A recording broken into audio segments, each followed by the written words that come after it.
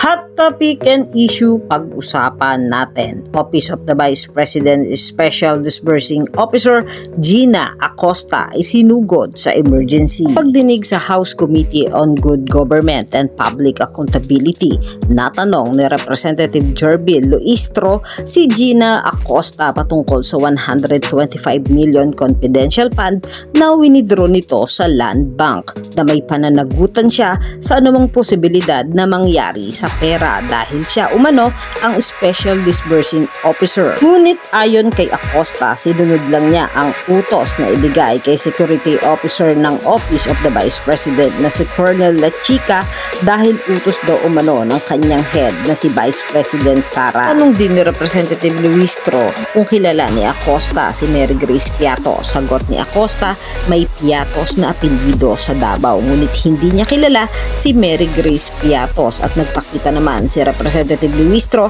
ng mga resibo ng acknowledgement receipt na mga pirmado ni Mary Grace. Bukod doon, natanong din si Acosta kung kilala si Kokoy Villamin na isa sa nakareceive ng pera sa acknowledgement receipt. Samantalang humingi naman ng break si Vice President Sara dahil umano sa tensyon habang tinatanong si Acosta at dito tinanong na siya ni Representative Luistro kung ano ang nararamdaman. Inamin ni Acosta na kinakabahan siya at nanginginig siya. Sagot pa ni Acosta, hindi daw niya kilala si Kokoy Villamin at Mary Grace Piatos at sinunod lang niya ang utos ng kanyang boss na si Vice President Sara na ibigay ang pera kay Colonel Lachica. Dahil sa takot, isinugod si Acosta sa Veterans Memorial Medical Center habang humingi naman ng pahintulot si Vice President Sara sa House na samahan si Acosta. Yan ang mga hot topic and issue dito lamang sa Tambalang GK.